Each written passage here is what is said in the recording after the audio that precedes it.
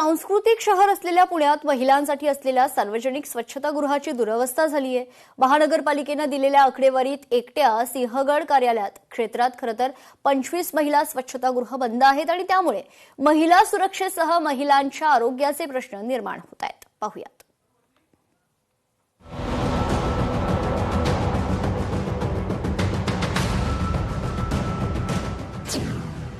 महापालिकेच्या सार्वजनिक स्वच्छतागृहाची दुरावस्था।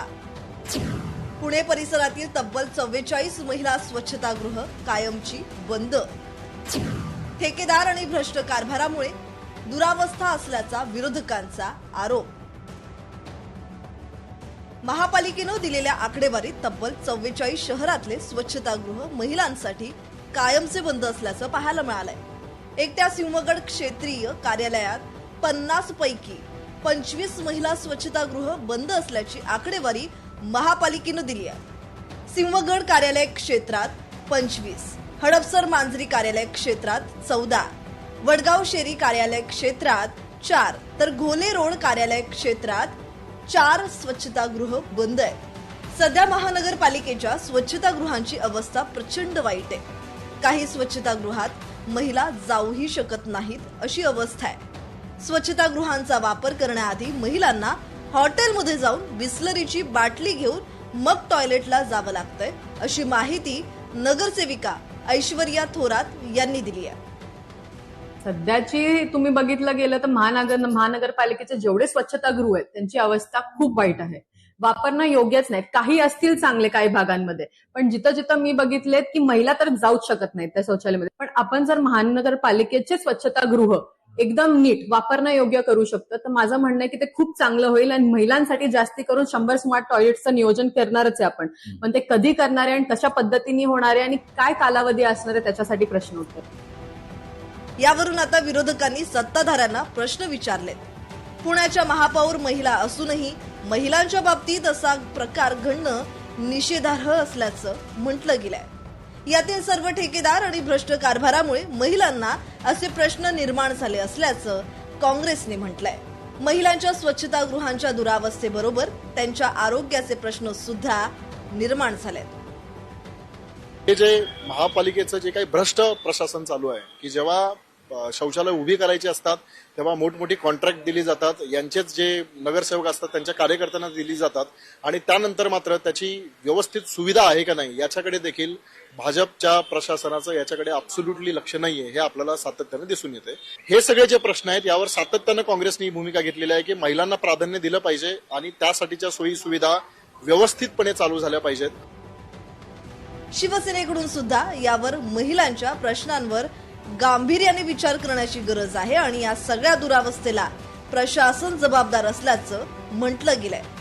त्यामुळे लवकरात लवकर महिलांच्या स्वच्छतागृहांची व्यवस्था करावी।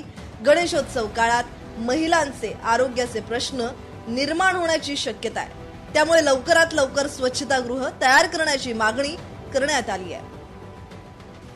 सिंहगड रोड असेल किंवा पुणे शहर असेल या ठिकाणची महिला स्वच्छतागृहांची परिस्थिती अतिशय बिकट आहे।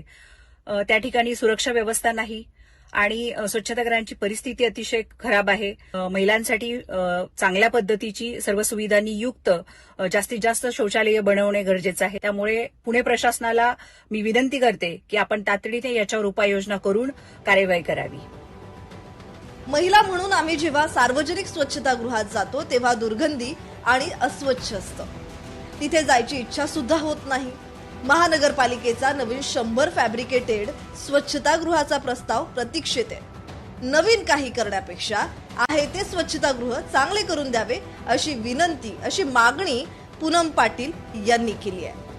महानगरपालिका प्रशासनाला एकच विनंती आहे की आधीचे असलेले स्वच्छतागृह आधी नीटनेटके करावे, ज्याचा वापर पुण्यातील महिला करतील आणि नंतर तुम्ही प्री फॅब्रिकेटेड स्वच्छतागृह आणावे तिथे। हे कसं झालंय की आधीचं आपल्याकडे आहे त्याला कुठल्याही प्रकारचं बघायचं नाही, त्याचं कुठलंही नियोजन करायचं नाही आणि नवीन खर्च करायचा। तर माझी एकच विनंती आहे की तुम्ही जे आधीचे स्वच्छतागृह आहे हे आधी नीटनेटके करावे जेणेकरून पुण्यातील महिलांना ते वापरण्यासाठी, महिलांच्या सुरक्षिततेसाठी योग्य असतील। सिंहगड क्षेत्रीय कार्यालयामध्ये जवळपास 25 महिला स्वच्छतागृह बंद आहेत। येणाऱ्या काळात सण उत्सवामध्ये मोठ्या प्रमाणात खरेदीसाठी महिला बाहेर येतात. त्यांच्या आरोग्याचे प्रश्न सुद्धा यामुळे निर्माण झालेत.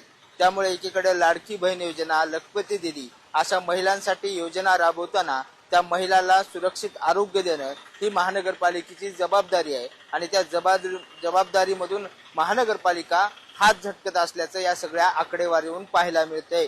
व्हिडिओ जर्नलिस्ट तुषार ननावरेसह बालाजी पोद्दार, लोकशाही मराठी, पुणे.